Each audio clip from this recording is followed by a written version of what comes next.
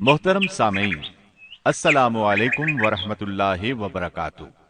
इस बार हम आपके लिए पेश कर रहे हैं क़िससुल अंबिया। चुनाचे अब हम आपको इदरीस अलैहिस्सलाम के बारे में बताते हैं। एक हदीस में है कि आदम और शीस अलैहिस्सलाम के बाद इदरीस अलैहिस्सलाम पहले नबी हैं। एक दूसरी हदीस में है कि इदरीस अलैहिस्सलाम पहले नबी हैं जिन्होंने कलम के जरिए लिखा और लोगों को किताबत सिखाई।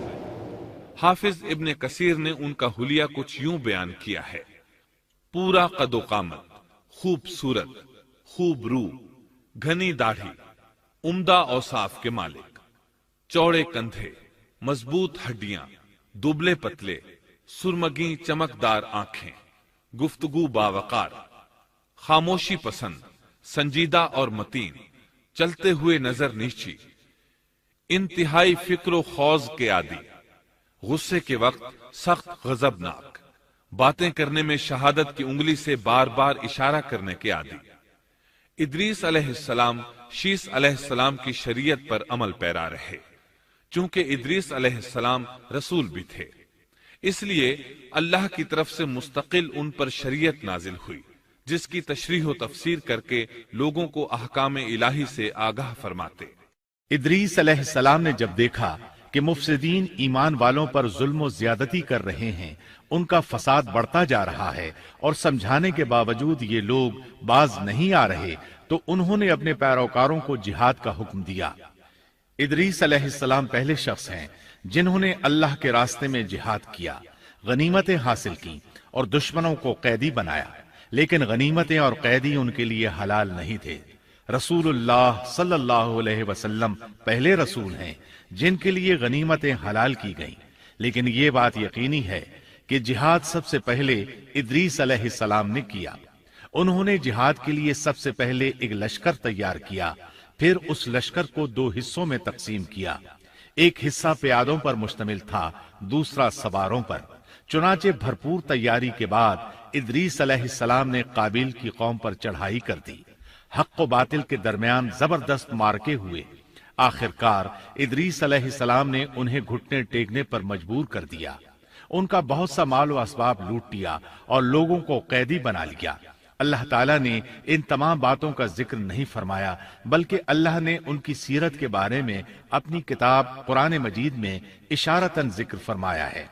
मसलन सूरह मरियम आयात 56 और 57 में इरशाद होता है, और इस किताब में इदरीस का भी जिक्र कर, वो भी नेक किरदार नबी थे, हमने उन्हें बुलंद मकाम पर उठाया।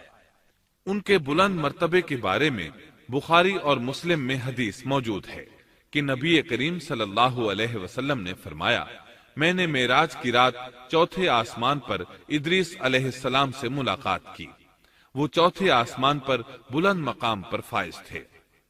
इब्ने जरीर ने एक रिवायत बयान की है। वो रिवायत इस बात की वजाहत करती है कि अल्लाह ताला के इरशाद वरफ़अनाहु मकानन अलिय्या से क्या मुराद है, इसका क्या मफहूम है। इब्ने जरीर के अलावा दीगर बड़े बड़े मुफस्सिरीन और मुअर्रिखीन ने भी इस रिवायत को जिक्र किया है, लेकिन इसकी कोई सही सनद नहीं मिल सकी। वो रिवायत ये है। इब्ने अबी हातिम वगैरह ने इस रिवायत को हिलाल बिन यसार से बयान किया है। वो कहते हैं, मेरी मौजूदगी में इब्ने अब्बास रज़ी अल्लाहु अन्हुमा ने काब रहमतुल्लाह अलैहि से पूछा, काब, इदरीस अलैहिस्सलाम के मुताल्लिक अल्लाह ताला के इस कौल वरफ़अनाहु मकानन अलिय्या, हमने उन्हें बुलंद मकाम पर उठा लिया, का क्या मतलब है? तो काब रहमतुल्लाह अलैहि ने जवाब दिया, अल्लाह ताला ने इदरीस अलैहिस्सलाम पर एक मर्तबा ये वही नाजिल फरमाई, ऐ इदरीस, तमाम अहले दुनिया जिस कदर रोजाना नेक अमल करेंगे, उन सब के बराबर में तुझे हर दिन अज्र दूंगा।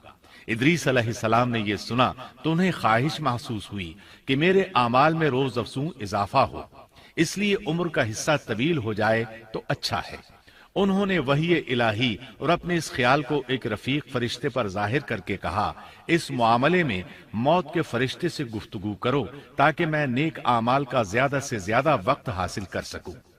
उस फरिश्ते ने जब ये सुना तो इदरीस अलैहिस्सलाम को अपने बाजुओं पर बिठा कर ले उड़ा। जब ये चौथे आसमान से गुजर रहे थे तो मौत का फरिश्ता जमीन पर आने के लिए उतर रहा था। वहीं दोनों की मुलाकात हो गई। दोस्त फरिश्ते ने मौत के फरिश्ते से इदरीस अलैहिस्सलाम के बारे में गुफ्तगू की। मौत के फरिश्ते ने दरियाफ्त किया, इदरीस अलैहिस्सलाम कहाँ हैं? उसने कहा, मेरी पुश्त पर। मौत का फरिश्ता कहने लगा, मुझे अल्लाह की तरफ से ये हुक्म मिला है कि चौथे आसमान पर इदरीस अलैहिस्सलाम की रूह कब्ज करूं। इसलिए मैं सख्त हैरत में था कि ये कैसे मुमकिन है। इदरीस अलैहिस्सलाम तो जमीन पर हैं। चुनाचे मौत का फरिश्ता इदरीस अलैहिस्सलाम के पास आया, उनसे इजाजत तलब की और उनकी रूह कब्ज कर ली। अंबिया को ये इम्तियाज हासिल है कि फरिश्ता उनकी इजाजत के बगैर उनकी रूह कब्ज नहीं कर सकता, और रसूलुल्लाह सल्लल्लाहु अलैहि वसल्लम को तो ये इख्तियार दिया गया कि आप दुनिया में मजीद रहना पसंद करें तो रह सकते हैं, या फिर रफीक आला की रिफाकत को पसंद कर लें। आपने रफीक आला की रिफाकत को पसंद फरमाया। इस तरह इदरीस अलैहिस्सलाम की रूह चौथे आसमान पर कब्ज की गई। इन्हें भी ईसा अलैहिस्सलाम की तरह आसमान पर उठाया गया। फर्क यह है कि ईसा अलैहिस्सलाम की रूह कब्ज नहीं की गई।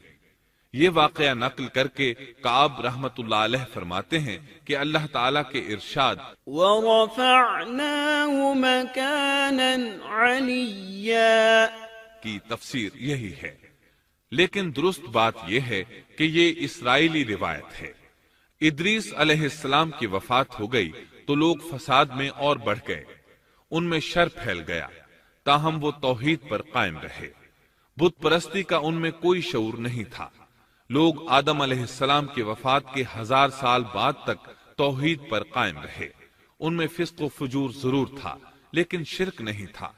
अल्लाह ताला के इस इरशाद कान अन्नासु उम्मतन वाहिदह, दरअसल लोग एक ही उम्मत थे, का यही मतलब है।